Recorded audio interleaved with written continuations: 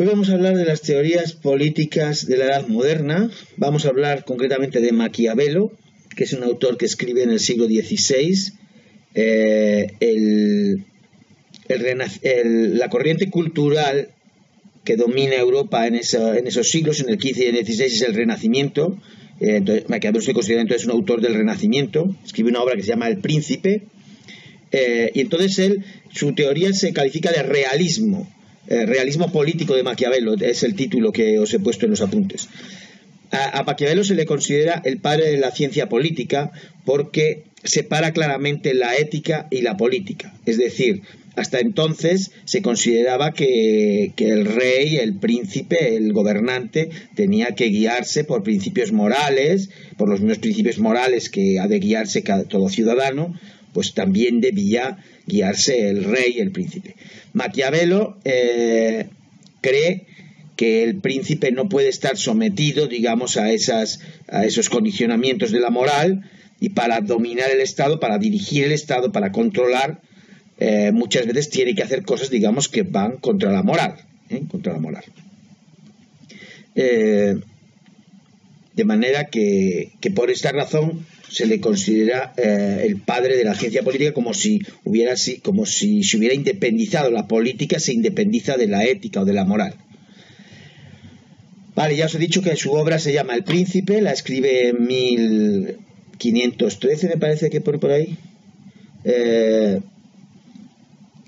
Vale, podemos comenzar diciendo que él considera que la mejor forma de gobierno fue la República Romana. La República Romana fue un modo de gobierno en el cual había un equilibrio grande de distintos poderes, cónsules, pretores, censores, distintos cargos que tenían competencias distintas y entonces se equilibraban unos a otros. No se podía producir, digamos, una tiranía porque unos se controlaban a otros, se producía un equilibrio de poderes y eso le parece que es la mejor manera de gobernar. Estudiando, digamos, las formas de gobierno anteriores a su época, pues habla de la República Romana como un modo ideal de gobierno. Maquiavelo considera que todas las formas de gobierno, todos los regímenes de gobierno, todos los regímenes políticos están sujetos a la ley de la degeneración, a la ley de la decadencia histórica, de manera que todos derivan a peor, van a peor.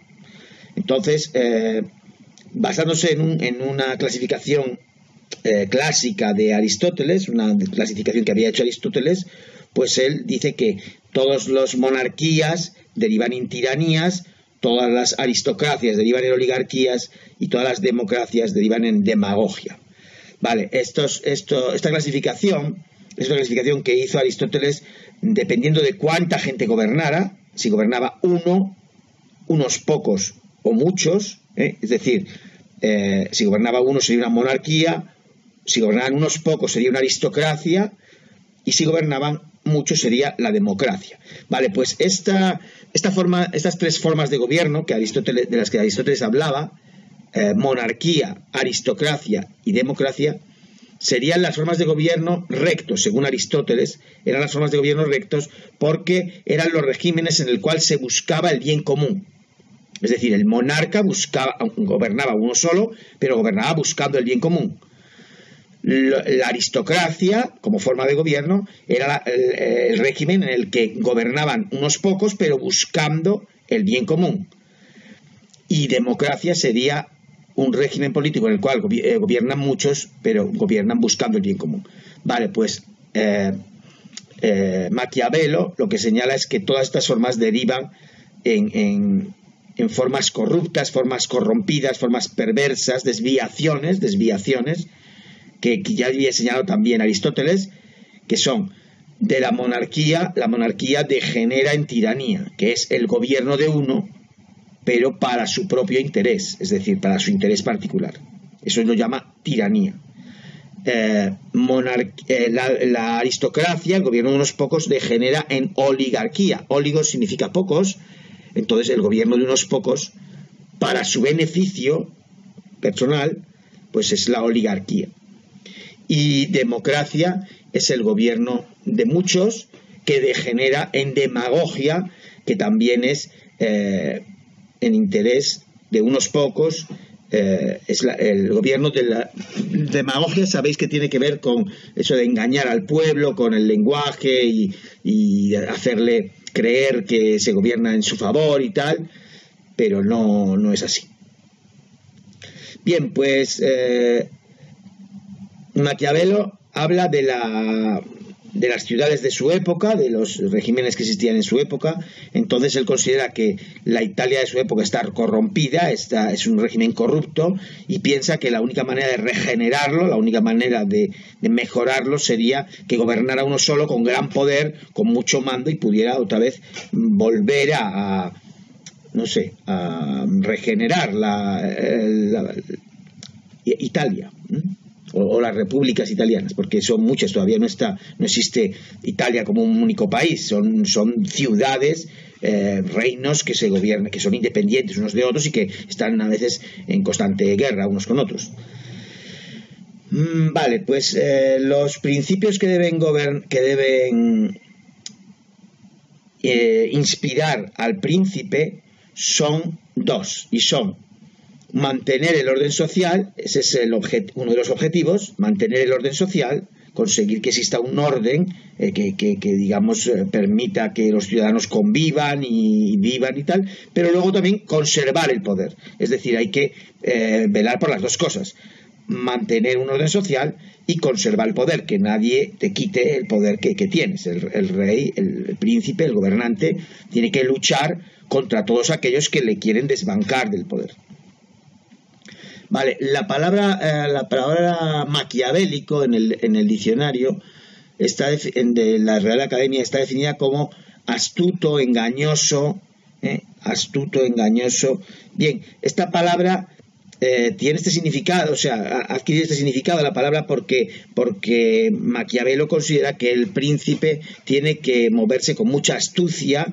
El príncipe tiene que conocer la naturaleza humana, tiene que saber que la naturaleza humana es envidiosa, es avariciosa, se corrompe, es ingrata, y entonces tiene que saber manejar a los hombres, tiene que saberlos manejar. Para ello a veces tiene que cometer cosas, digamos, inmorales, digamos, o cosas como la hipocresía, o el engaño, o la astucia, o la trampa, y entonces él habla de que hay que ser como zorros y como leones, o por el zorro por la fama que tiene de sagaz, de astuto, de listo, y el león por la fuerza, por la determinación, por la voluntad de imponer sus cosas. Entonces tiene que ser astuto por una parte, saber lo que conviene, saber cómo, digamos, hacer trampas o hacer... Y luego, por otro lado, también ser determinante, tener mucha determinación, como el león, para, una vez que sabes lo que conviene, pues hacerlo con mucha fuerza, con mucha gana y sin dudar. Entonces habla de la determinación del león, la sagacidad del zorro. Entonces, bueno, pues ya os digo, la palabra maquiavélico tiene ese carácter de una persona retorcida, que dice una cosa pero en realidad lo dice para conseguir otra y tal. Entonces pues es como tramposo, digamos, y además pues eso, también inteligente y retorcido. Vale, pues quería terminar esta charla sobre Maquiavelo. Ya os digo que Maquiavelo es del siglo XVI, hablando de unos autores que son posteriores, son del 18 ya, autores como Locke, Rousseau. Todos estos quieren justificar el poder del Estado, y porque a partir del Renacimiento es cuando comienzan los estados modernos, los estados tal como se entendamos hoy.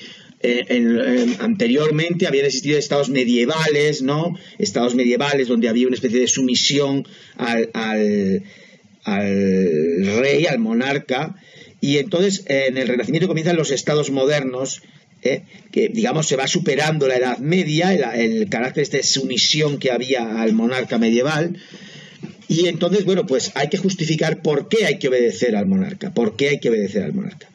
y todos esos autores, los autores llamados contractualistas, ya os digo, Rousseau, Locke, Hobbes, van a partir de una idea, que es que la sociedad nace de un pacto, de un acuerdo entre los hombres. Los hombres, todos los seres humanos, han hecho un acuerdo para renunciar a una parte de su libertad y que alguien los organice, los dirige, los mande, porque es mejor vivir sometidos a un poder que nos organice que no vivir en el estado, digamos, de naturaleza, que es un estado en el cual no había, digamos, sociedad formada aún. Entonces, de lo que quería hablar hoy, un minuto, era de ese estado de naturaleza, porque ellos parten de que hay como dos estados, ¿no? El estado social, el estado en el cual ya vivimos sometidos a un poder, y el estado en el cual vivían los hombres en un principio, digamos, cuando vivían, digamos, salvajes o silvestres o tribales, o que sería lo que ellos llaman el estado de naturaleza, cómo vivían los hombres antes de que se formara la sociedad. En realidad, ese estado de naturaleza pues es una cosa teórica, porque no se sabe que existiera nunca. Los hombres siempre han vivido en sociedad, de alguna manera, sociedades pequeñas, pero sociedades. Entonces no ha existido nunca un estado en el cual los hombres vivieran aislados, cada uno por su lado y tal. Vale, pero ellos parten como un ejercicio teórico, como un experimento teórico, cómo sería el estado de naturaleza, cómo vivían los hombres antes de formar la sociedad y cómo viven ahora y por qué razón pasaron de una cosa a la otra. Entonces, estos distintos autores se diferencian también en cómo describen ese estado de naturaleza, cómo era el estado de los hombres antes de vivir en sociedad. Bueno, pues ya veremos entonces en las próximas lecciones, veremos cómo describen cada uno de estos autores el estado de naturaleza, pero bien, pues simplemente valga la idea esta de que en realidad este estado no existió nunca, es una cosa como teórica, cada uno se lo imagina como le parece que sería, y también de alguna manera al decir esto, pues también al describir este estado de naturaleza, también nos dicen cómo piensa que es el ser humano, si el ser humano es bueno por naturaleza, si es malo, si es egoísta, si es, ¿sabes? Bien, pues nada, vamos a terminar entonces con un consejo publicitario. Vale, entonces pues terminamos con un consejo publicitario.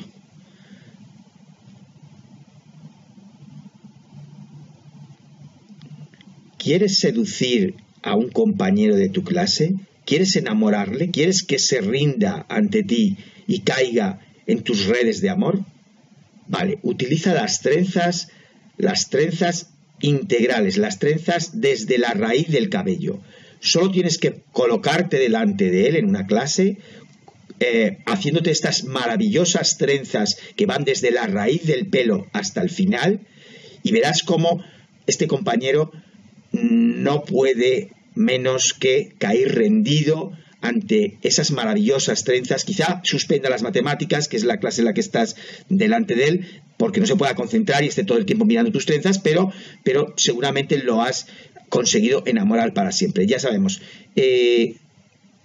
adolescente, utiliza tus trenzas desde la raíz del pelo, trenzas integrales.